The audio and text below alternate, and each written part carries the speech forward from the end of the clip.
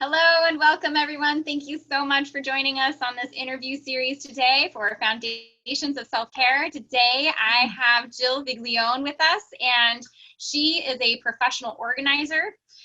She is going to give us some really great tips about kind of reconnecting with our space and clutter and stuff, and kind of help us take care of our space, as well as, looking at that as a piece of self-care. So, Jill, would you like to share a little bit about yourself and then Sure. share with us some of your tips? Yeah. Well, thanks for having me, Carissa.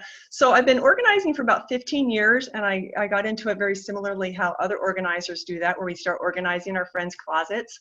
And then I found the National Association of Professional Organizers and joined that organization, which I love. And I'm currently vice president of the NAPO Oregon board. But I've built my business over the last couple of years, and I love helping people. And so many people are overwhelmed, and so I get called all the time for that. And that's really the number one thing that people call me about is they're overwhelmed with all different things in their life. So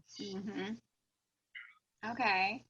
yeah. I mean, I could speak to overwhelm, just overwhelm in a busy schedule, in a busy life. And then sometimes when you come home from the overwhelm of your work and then you come home, for me, speaking for myself, there's sometimes that overwhelm of like, oh my goodness, this is disarray. Where is my peaceful sanctuary that I'm supposed to be coming home to?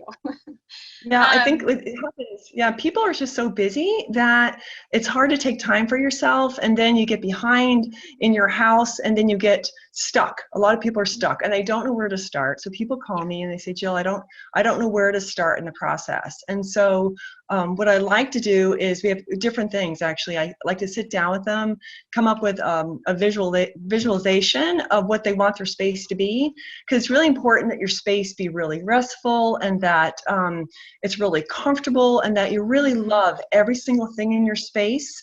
And so I help them walk through that. We also will create a plan so that they know what they need to do, and we can be as detailed or not detailed as they want. And you can write it out, we can type it out, whatever we need to do. We walk through that with them. And then part of that process too is I try to give them tips on to be less overwhelmed. Is there's something that I do that I've been doing for years actually myself, is it's called Just Do 10 Things. And I start very, very small, and I choose something that I know I can achieve, and it's really tiny, like pick up the rubber band on the floor. No kidding, that's one of them. Close your closet door, hang up one shirt, and that's 3, right? And so you keep doing that, and you do it in small increments, and you do 3. If you can do 3, then you do 4, and you try to get to 10. And when you're done with 10, you start over again. And so you're chipping away at all those things that are overwhelming to you. And so it's just breaking it down into very tiny parts that you know that you can do. And I've done that forever. And I work with my clients. I do the exact same thing with them too. That's fantastic. I can see how that could help so much around the house. But I'm thinking about my to-do list as well, for work and everything, that just do 10 things is kind of a nice little mantra to like get through that never-ending, always growing list of like, okay, just do 10. Yeah, what helps too is you take everything that you have, try to put it in one place, whether it's in a really beautiful spiral bound binder, or if it's on a list. I know I have a process I use even with myself where I do it on the computer, and then I leave a half side of the sheet open so that I can take those top priorities of the day, transfer them over to the left side so I can handwrite them. Because there's something about handwriting that makes it a lot more present. And so having them in the one list, you can prioritize, pull the things across, as long as you try to gather everything. Because if you have it all in your head, you can get overwhelmed again. And that's one way of doing it. And then the other thing too is you can do is try to figure out how can you get these items on your calendar. Do I have the ability to block out time? Just like you're making an appointment with somebody else, you would go ahead and block out, even if it's 15 minutes, where you can say, okay, I am going to work on this marketing piece, or I am going to do something with my family. And so if you add it to your calendar, it makes it a little bit more realistic and a little bit more real. Yeah. Mm. That sounds great. I love that. Like just taking those small chunks of time, those little blocks, and actually making it real by putting it on the calendar. That seems really, really helpful. Um, so what else? I mean, do you have other tips for the overwhelm, or how about like in your home space, or what else have Well, you got for me? there's certain things that you can do in your space. There's always a lot of empty space not being used, and I'm really good at trying to squeeze out some extra space. I've lived in 400 square feet for 15 years and really made it work. And so, you can look in your closets, look up above, even if you aren't tall like me, you can still use that closet space on the very top shelf. There's ways of using stackers. I get them at different stores, and you're able to utilize that space up there. You can also be very creative with your space and not always use that space for what you think it's meant to be. Like in the kitchen, just because it's a kitchen cabinet doesn't mean you have to use it for kitchen items. You can use it for extra sweaters. This is actually in a small space. You can use it for camping supplies. A lot of people in condos have those really tall cabinets, and so that's really good for those type of things that you don't have to reach very far, as long as you have a really good step stool. You have to have a good step stool to reach up there. So absolutely. And then also, in your space, you want it to feel good, and usually what that means is trying to reduce the clutter and trying to make it as streamlined as possible, because the less you have, the less you're thinking about, worrying about, dusting, all those things, and just trying to make it so that really everything in your house should be something that you absolutely love, that matters to you. And if you go through your house and start thinking about that, that makes your space just a lot more comfortable and makes it more beautiful, and then you really can embrace it. Yeah, that sounds great. I love that. And then yeah, the tall cabinets. I have tall cabinets in my place, and I don't know what to do with them, but now I do. So I'm going to get really creative in the kitchen, which will be fantastic. And then what about so you've got all these ideas about like using extra space in the house, and do you have like time management stuff as well, or? Yeah, actually, there's different things that you can do with time management. Part of that is creating that list, but what you can also do is I have a system.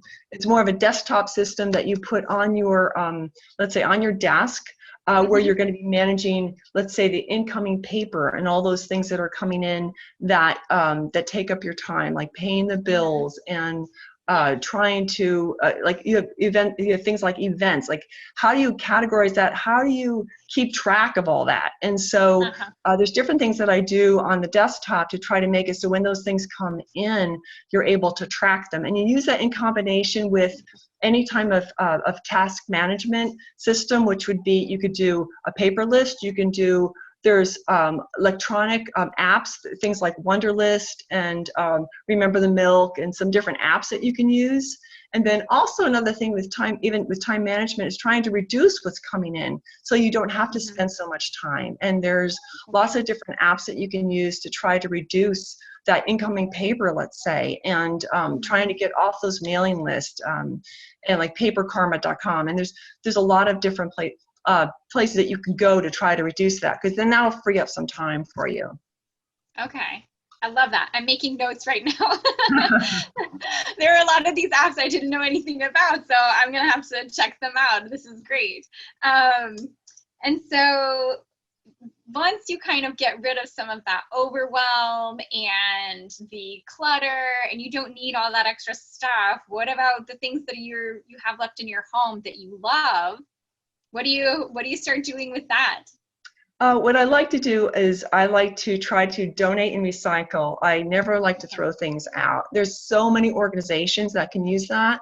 Like for your clothing, things have gotten more casual for business clothing. But so what I do with my clients is I ask that they donate to Dress for Success. Wonderful, wonderful organization for women. And they love donations, especially sizes over 12 and also tall sizes. They love that. There's a lot of organizations like Community Warehouse that take donations, and the Veterans of America. So what I try to do is connect my clients with those organizations so that they can free up their space. And I also am happy to take those items away for them so that they don't have to worry about it. And I provide a tax-deductible receipt for them. So that's part of that process. But trying to release those items so that you don't have to worry about it makes a really big difference. And you're going to want to itemize it if you want a tax deductible receipt before you donate it. But there's organizations, Goodwill and Salvation Army. You certainly can do that. And then also pass it on to friends. You can ask them over and say, hey, I'm cleaning out my closet and I'm only wearing half of what I have. And so when you want to come over and let's do a clothing swap. I mean, I have a lot of tall girlfriends, and that's what we do. We swap clothes because it just makes it more fun. Yeah, no, that's great. I love that. I love that so much. Okay, so what else, Jill? I mean, you've given so much information already. Like, this has been great. Do you have any other tips you want to share with us? Well, I think really organizing your home and your time and your space really is to try to break it into small parts and do a little bit at a time. I do find that when I work with clients, they feel really good. Sometimes they'll feel tired afterwards, but I'll get a call and say, Jill, I can play my music again because I can get to my piano again. And so the idea of keeping that vision in mind of what you want, I mean, what do you really want? Do you want the 22 pairs of shoes that you can't put away, or do you want the idea of being able to put things away easily, close your closet doors, and be able to get to all your clothes? And so trying to keep that vision in mind is going to be really important. And then also being kind to yourself. You don't have to do it all in one day. You do a little at a time. I deal with people all the time that struggle. They struggle with ADHD and with chronic disorganization. And so the idea of really being kind to yourself and knowing that it does take some small steps to get there, but progress can be made. It really can, as long as you're open to it. And then you want that change to happen, and I try to make it encouraging for people and be supportive throughout that process. And for me, really the key is I really love helping people through that process and that one-on-one time, because it really feels good. It feels people love that, and I enjoy that. So I would really think about the idea of taking things, break it into tiny little parts, break things into 3 steps if you have to, one thing at a time, and just, you can do it. And I'm happy to answer questions if anybody would like to call me about it. But I do feel that they can do it. They really can. They just have to figure out, okay, let's take that first step. Sometimes that first step is the hardest. So. Yeah, that is so true. That is so true. It is sometimes a very overwhelming kind of task to look at your whole house and think about everything that needs to be gotten rid of or organized or cleaned up. And so, yeah, taking it into small chunks. And it's great that you offer such support for your people to really work with them through the entire process, from creating the visions to getting stuff out of their house into some great organizations who could really benefit from them. And so with that, like, what generally, when people are calling you, who do you generally work with? I mean, I'm sure it's broad spectrum, but.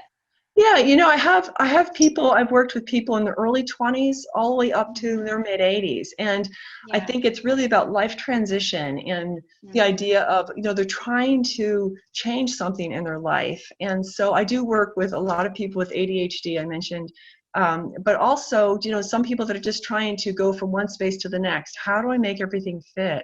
And so hiring an organizer is a really good idea at that beginning stage, because then you can decide on, okay, let's go ahead and figure out what are the things that you really love the most. Don't pay for moving them if you don't have to. And then if you are in a new space and you get stuck, that's something I can help with, rearranging the furniture so that it feels really good, and using some simple principles of feng shui to try to make that space feel really good. And the idea of just trying to have everything in your space, you love it, and that actually is what's going to matter. It's going to matter the most, because then as you mix things up and design your space, it really will feel like you, and that's really important. Very, very important. That is important. Thank you. Okay, so if people are ready to kind of organize their space and they want some more support, how can they get in touch with you? Well, they can contact me either through my website, which Okay. is embraceyourspace.com. They're welcome to call me as well. And should I give that number? Yes, please. Okay, it's 503-310-3555. And you can check it out, and you give me a call about that. And then also I am running a special with the video series. And so if you go ahead and you call me, you decide that you want to work with me, then at your first 3-hour session, you're going to get a $20 gift card to Storable. So that should get you started on the products too. So. That sounds great. Thank you so much, Jill. And thank you everyone for joining us today. I hope that you got a lot of great value out of this conversation today. I know I did. And until we meet again, I hope you have a fantastic day. Thank you. Thank you, Carissa. That was great. Thanks. Bye. Bye.